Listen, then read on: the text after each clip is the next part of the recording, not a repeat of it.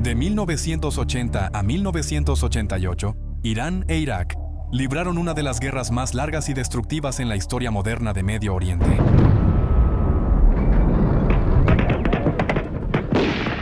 Definida por la guerra de trincheras, armas químicas y un número asombroso de bajas en ambos bandos.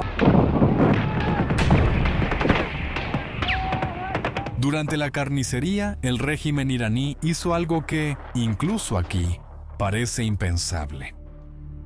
Miles de niños, incluso de 12 años, fueron reclutados en la milicia Basij, fundada tras la revolución por la República Islámica. Muchos fueron llevados directamente de escuelas y mezquitas, sometidos a un intenso adoctrinamiento religioso, y se les dijo que el martirio era la forma más alta de servicio a Dios y a la nueva República Islámica. Recibieron cintas rojas para la cabeza con la frase Sa'ala, guerreros de Dios. Llevaban llaves de plástico doradas en el cuello, que según los clérigos abrirían las puertas del paraíso si morían en batalla. Estos niños eran usados en ataques masivos. Eran enviados delante de las unidades regulares del ejército para limpiar los campos minados con sus cuerpos, cortar el alambre de púas bajo fuego de ametralladora y exponer las posiciones enemigas para que las tropas adultas pudieran avanzar detrás de ellos. Testigos relatan que niños estaban atados con cuerdas para que no se fueran. Historiadores y expertos en derechos humanos estiman que más de 20.000 niños fueron enviados al combate y la muerte por la República Islámica en la guerra. El régimen glorificó sus muertes, los convirtió en íconos en carteles, en sermones y en relatos escolares, enseñando a una generación que la mayor devoción no era vivir para el futuro, sino morir por el Estado o el Islam. No los protegieron sus líderes, sino que los sacrificaron y adoctrinaron en un culto a la muerte. Esta era la maquinaria del martirio, destruyendo inocencia en nombre de Dios. Para entender cómo el sacrificio masivo de niños pudo ser reinventado como heroísmo religioso, tenemos que regresar a la ruptura ideológica que lo hizo posible. De vuelta a 1979, a la revolución que transformó Irán y dio origen a la República Islámica. En 1979, Irán experimentó una agitación revolucionaria que puso fin a más de 2.500 años de gobierno monárquico. La última dinastía gobernante, los Pahlaví, fue liderada por Mohammad Riza Shah, quien convirtió a Irán en un estado más autocrático y centralizado. Aunque el Shah promovió una rápida modernización, industrialización y reformas seculares, a menudo bajo la bandera de la occidentalización, su gobierno era profundamente impopular entre muchos sectores de la sociedad debido a la percepción generalizada de corrupción y privilegios de la élite, una marcada desigualdad de ingresos y una represión política sistémica. El régimen del Shah contaba con un importante apoyo político, económico y militar de Estados Unidos y Gran Bretaña. Ambos consideraban a Irán como un aliado crucial durante la Guerra Fría y una fuente estable de petróleo. Pero a finales de la década de 1970, el descontento público había llegado a un punto de quiebre. Los clérigos chiítas tradicionales condenaban el laicismo y la liberalización cultural del régimen, mientras que estudiantes, intelectuales y disidentes políticos se unían en contra del autoritarismo. La coalición revolucionaria que surgió era ideológicamente diversa. Nacionalistas, izquierdistas, marxistas, liberales laicos e islamistas, aunque a menudo profundamente divididos en su visión, encontraron una causa común en su demanda de la destitución del Shah. Esta frágil unidad fue clave para derrocar la monarquía, pero no sobrevivió tras la revolución. Fue el ayatolá Ruhollah Jomeini, quien surgió como la figura más influyente de la revolución. Un alto clérigo chiita y opositor de larga data al Shah, exiliado de Irán en 1964, por denunciar las políticas pro-occidentales del Shah y la aparente erosión de los valores islámicos. Khomeini pasó más de una década en Nayaf, Irak, donde desarrolló las bases de su teoría político-religiosa. En octubre de 1978, ante la crisis en Irán, el gobierno iraquí le ordenó salir del país. Al negársele la entrada a Kuwait, se mudó a Francia y vivió en un suburbio de París. Khomeini, desde el exilio, siguió influyendo directamente en el movimiento revolucionario. Sus discursos se grababan en casetes y se contrabandeaban a Irán para reproducirse en mezquitas, hogares y mercados. Desde Francia, Jomeini dio muchas entrevistas a medios occidentales y destacó temas conciliadores para muchos oyentes. Habló de libertad. Insistió en que una república islámica se basaría en la aprobación del pueblo y sugirió que sería compatible con instituciones representativas. Un gobierno islámico justo, un gobierno democrático en esencia y en todo el sentido. Quiere establecer un gobierno independiente y un Irán independiente. También les dijo a los periodistas que los clérigos de alto rango no asumirían la administración ejecutiva diaria del Estado, aunque seguirían defendiendo un papel de supervisión para los juristas islámicos. Su mensaje era ambiguo, y cada grupo proyectaba sus esperanzas en él. Tras la huida del Shah de Irán en enero de 1979 y el regreso triunfal de Jomeini a Teherán el 1 de febrero, el movimiento revolucionario cambió rápidamente. Pronto quedó claro que Jomeini no imaginaba una república pluralista, sino un sistema teocrático basado en el gobierno clerical. En marzo de 1979, un referéndum nacional pidió a los votantes aprobar una república islámica con una votación de sí o no. No apareció ningún modelo político alternativo en la boleta, y el significado institucional de una república islámica quedó sin definir. Resultados oficiales del referéndum mostraron un 98% de apoyo para establecer una república islámica. En los días siguientes, Jomeini y los líderes revolucionarios vieron la votación como mandato para eliminar las leyes monárquicas y crear un nuevo Estado desde cero. Jomeini se movió rápidamente para consolidar el poder. La nueva constitución consagró el concepto de Vilayat-e-Faqih, la tutela de los juristas islámicos. Esta doctrina otorgó a los clérigos no electos, encabezados por un líder supremo, la autoridad máxima sobre los poderes ejecutivo, legislativo y judicial del gobierno. Los opositores políticos, incluidos los laicos, feministas, izquierdistas e incluso islamistas rivales, fueron silenciados mediante la censura, el encarcelamiento, el exilio e incluso la ejecución en prisión. Los cánticos muestran que los presos políticos han sido reeducados o su espíritu quebrantado.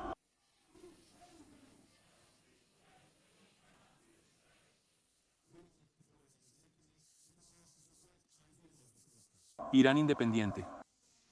En menos de un año, la revolución creó un estado teocrático bajo el control de un solo hombre y su visión de la ley divina. Irán pasó de monarquía a dictadura clerical, pese a que la revolución prometió justicia, libertad y soberanía nacional. Lo que entregó fue un régimen construido sobre la represión, el absolutismo religioso y el silenciamiento de cualquiera que se atreviera a disentir.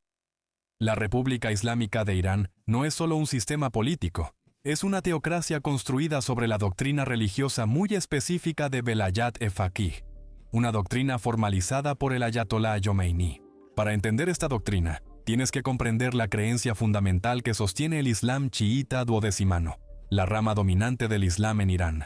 Los duodecimanos creen que, tras la muerte de Mahoma, el liderazgo musulmán pasó a 12 imanes designados por Dios. Ellos creían que el 12º imán, conocido como el Mahdi, no murió, sino que se ocultó en el siglo IX. Se espera que él vuelva al final de los tiempos para traer justicia. Por siglos, los eruditos chiitas creían que nadie podía gobernar. Sin el Mahdi, los clérigos podían guiar, pero el poder político era visto como corruptor. Era una religión de esperar el regreso del Salvador, pero Jomeini cambió eso. Argumentó que, mientras el Mahdi esté oculto, los juristas islamistas deben gobernar en su nombre. Afirmó que solo los clérigos más eruditos podían interpretar correctamente la voluntad de Dios, y por lo tanto, debían gobernar. En otras palabras, Irán está gobernado por alguien que afirma ser el representante de Dios en la tierra, cantando.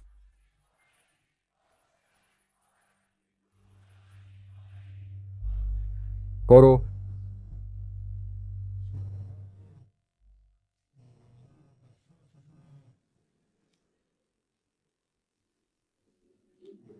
Coro cantando.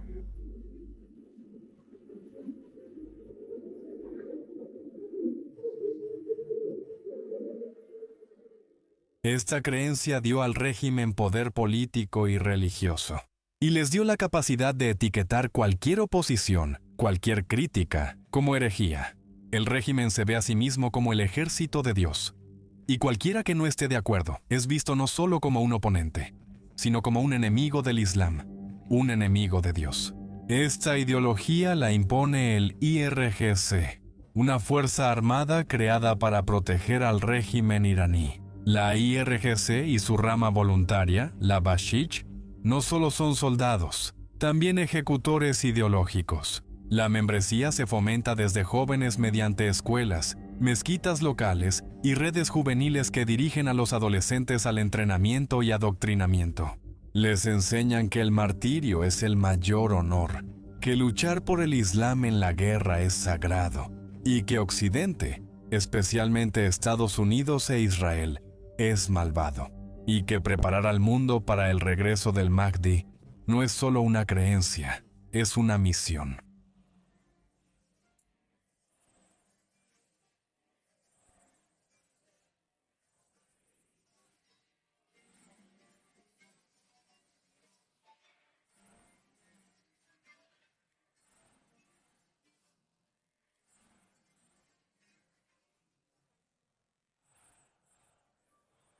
Este pensamiento está en todas partes, en las escuelas, en la televisión, en los sermones religiosos.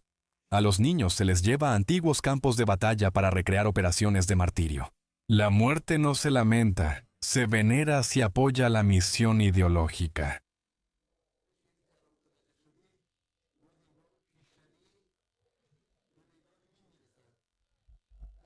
Música, música y música. A esa victoria divina, al objetivo principal, al encuentro con Dios y al deseo de alcanzar el martirio, ellos regresan y hacen una carrera, ven cuál de los hermanos llega primero, para que estos hermanos logren su principal objetivo de competencia, que es la voluntad de Dios y el fin de todos los musulmanes. Esta es la ideología que convirtió a los niños en limpiadores de mentes, que justifica la tortura, la ejecución y la violación en nombre del deber religioso. No solo es autoritaria, también apocalíptica, y ha marcado cada aspecto de la vida en la República Islámica. Al establecerse la República Islámica en 1979, uno de sus principales y duraderos objetivos fue el estatus legal y social de las mujeres. En las décadas de 1960 y 1970, bajo el régimen anterior, las mujeres en Irán lograron más derechos gracias a reformas que les facilitaron el divorcio, la custodia y mayor protección legal. Las mujeres podían votar, ser candidatas, juezas y acceder masivamente a la educación superior. El hijab era una elección personal, y las mujeres participaban activamente en la vida pública, universidades, gobierno y artes. El nuevo régimen estableció leyes según su visión de la jurisprudencia islámica. Bajo este sistema, la identidad legal de una mujer se redujo en casi todos los ámbitos de la vida. En los tribunales, el testimonio de una mujer tenía legalmente la mitad del valor que el de un hombre. En cuestiones de herencia, ella recibía una parte menor. Las mujeres casadas necesitaban permiso de sus esposos para viajar, y las iraníes no podían dar ciudadanía a sus hijos si su esposo era extranjero. El Estado redefinió la autonomía femenina no como un derecho, sino como una amenaza al orden religioso y social. Una de las imposiciones más visibles y simbólicas fue el uso obligatorio del hijab. Lo que antes era una decisión personal, se convirtió en una obligación legal. Las mujeres debían cubrir su cabello y vestir ropa holgada en público según las normas de modestia del régimen. El incumplimiento podía resultar en acoso, arresto, cárcel, flagelación o peor. El Estado creó patrullas especializadas, llamadas Policía de la Moralidad, para vigilar la vestimenta, el comportamiento e interacciones de las mujeres en los espacios públicos, en las calles, en las escuelas, lugares de trabajo, jefes y parques. Esta vigilancia no solo es física, también es psicológica. Desde pequeñas, las niñas en Irán aprenden a ver sus cuerpos como un riesgo moral. La visibilidad se ve como falta de modestia y no seguir normas como un acto de desafío. La modestia se presenta como una obligación religiosa, obediencia y una medida de virtud. Las consecuencias de este sistema van más allá del individuo. Su impacto es acumulativo y generacional. Cuando las mujeres son deshumanizadas, sus familias no son inmunes a las consecuencias. Los niños que crecen en estas condiciones suelen hacerlo en entornos marcados por la ansiedad y la precaución. Presencian acoso, arrestos y a veces la desaparición de madres, hermanas u otros familiares. Con el tiempo, el miedo se internaliza, no solo como una respuesta a la violencia, sino como una forma de entender el propio lugar en la sociedad. El Estado invierte mucho en influir en los jóvenes desde la escuela. Los planes de estudio y libros de texto destacan la lealtad a la República Islámica y al líder supremo, haciendo de la obediencia política un pilar de la identidad nacional y religiosa. Los niños son flores del amor. El mundo del mañana está en sus manos. Quienes claman, no somos gente de Kufa, el imam está solo con nosotros. Desde temprana edad, los niños reciben narrativas estatales sobre historia, fe y liderazgo, limitando el pensamiento crítico. A las niñas les enseñan que su valor es la castidad y conformidad. A los niños, a verse como futuros soldados de la revolución.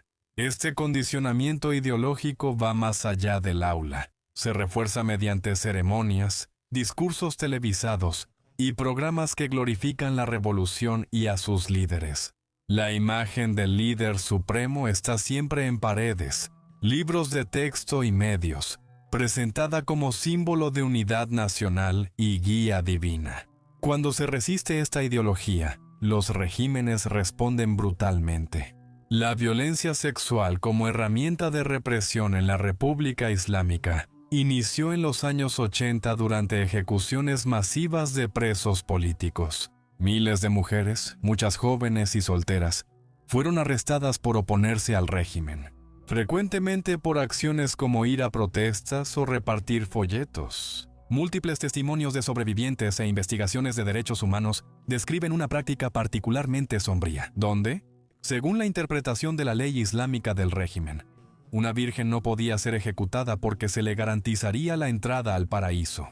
Para evitarlo, las autoridades obligaban a mujeres y niñas a casarse con guardias la noche antes de su ejecución. Estos matrimonios solo ocultaban la violación. A la mañana siguiente, las mujeres eran ejecutadas, y en algunos casos, a sus familias se les enviaba una caja de dulces, simbolizando la boda. Esto no fue una falla del sistema, era el sistema. Décadas después, los mismos patrones de violencia estatal reaparecieron. En 2009, después de unas disputadas elecciones presidenciales, millones de iraníes salieron a las calles en el Movimiento Verde. Los manifestantes sufrieron arrestos, tortura y agresiones sexuales. Sobrevivientes denunciaron abusos sistemáticos de las fuerzas de seguridad para humillar y silenciar. En 2019 hubo protestas por el alza repentina de los combustibles. El régimen respondió con una fuerza extraordinaria, matando a unas 1.500 personas en solo unos días, según Reuters. Hubo nuevos reportes de violaciones y tortura sexual durante detenciones masivas, principalmente contra jóvenes y manifestantes mujeres. En 2022, el asesinato de Mahsa Amini por la Policía de la Moralidad provocó otro levantamiento nacional. Manifestantes, en su mayoría mujeres y adolescentes, nuevamente sufrieron violencia, encarcelamiento y tortura. Informes creíbles de Amnistía Internacional y organizaciones iraníes de derechos humanos documentaron violaciones y abusos sexuales a detenidos. No solo castiga a individuos, también infunde miedo al público. En la ola más reciente de protestas, a principios de 2026, los iraníes una vez más salieron a las calles. Ante el colapso económico y la creciente oposición, el gobierno respondió de forma rápida y violenta. Miles han sido asesinados y muchos más arrestados, pero el alcance real de la represión aún es incierto. El Estado impuso apagones casi totales de Internet y bloqueó los reportes independientes, haciendo casi imposible verificar la magnitud de la violencia. Sin embargo, lo que sí es seguro es que el régimen sigue usando la brutalidad y la censura para silenciar la disidencia y ocultar sus crímenes del mundo. Pero hay un disidente el disidente debería ser mostrado.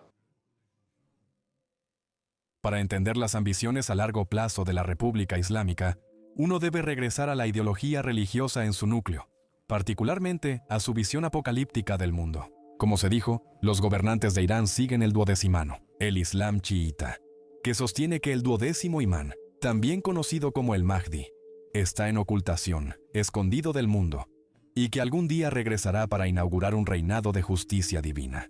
Las instituciones estatales, especialmente la Guardia Revolucionaria Islámica, impulsan que la sociedad se prepare activamente para el regreso del Mahdi, lo que implica resistir la influencia occidental, enfrentar a Israel y desmantelar sistemas considerados injustos o seculares. Altos funcionarios suelen llamar potencias arrogantes a adversarios como Estados Unidos, viendo el conflicto global como una lucha divina. Para algunos clérigos y comandantes radicales de la Guardia Revolucionaria Islámica, la guerra no es solo una amenaza, sino un posible evento transformador. Algunos sugieren que un gran conflicto, incluso nuclear, podría desestabilizar el orden mundial y acelerar la llegada del Mahdi. En este contexto, la estrategia geopolítica y la escatología religiosa están estrechamente entrelazadas. Israel ocupa un lugar único en la visión del mundo de la República Islámica. No es solo un enemigo geopolítico, sino el principal obstáculo para la justicia divina. Los medios iraníes y los sermones de los viernes ven la destrucción de Israel como un mandato espiritual y político. Esta creencia lleva al régimen a financiar y armar a grupos militantes en la región, como Hezbollah, Hamas y milicias chiitas en Irak, Siria y otros lugares. Estos grupos son herramientas de influencia regional y parte de una estrategia para rodear y desestabilizar a Israel. La base teológica de esta estrategia tiene implicaciones importantes ante un ajuste de cuentas futuro. La teoría de la disuasión sostiene que los estados actúan racionalmente para sobrevivir y evitan guerras, sobre todo nucleares, por temor a la destrucción mutua. Pero no se puede asumir que el régimen se vería disuadido por la amenaza de destrucción mutua, cuando su liderazgo opera dentro de un marco ideológico, donde se valora la muerte al servicio de Dios, se glorifica el martirio, se venera el sacrificio, y se enseña que morir por Dios es la mayor victoria, no una derrota. Esto hace que el régimen sea tan peligroso. Combina represión política y absolutismo religioso. Controla armas avanzadas y apoya redes armadas en todo Medio Oriente. Y aspira no solo al poder regional, sino a remodelar el orden global, según una visión apocalíptica. Para la República Islámica, el objetivo no es solo sobrevivir, sino transformarse, y en esa búsqueda casi todo se justifica. Durante 4 décadas, la República Islámica ha mostrado disposición a sacrificar a su gente, incluidos niños, mujeres y disidentes, por una visión absolutista y de dominación. Y aún así, frente a esta maquinaria de represión, el pueblo iraní sigue resistiendo. De Teherán a los pueblos de Kurdistán, estudiantes, trabajadores, artistas y madres han arriesgado todo exigiendo un futuro sin miedo. Marchan por su dignidad y los derechos de sus hijos, vecinos y futuras generaciones. Su valentía es un reproche para quienes excusan la tiranía como una diferencia cultural o la descartan como un problema ajeno. Recuerda que la libertad, justicia y dignidad son deseos universales. El peligro sigue latente.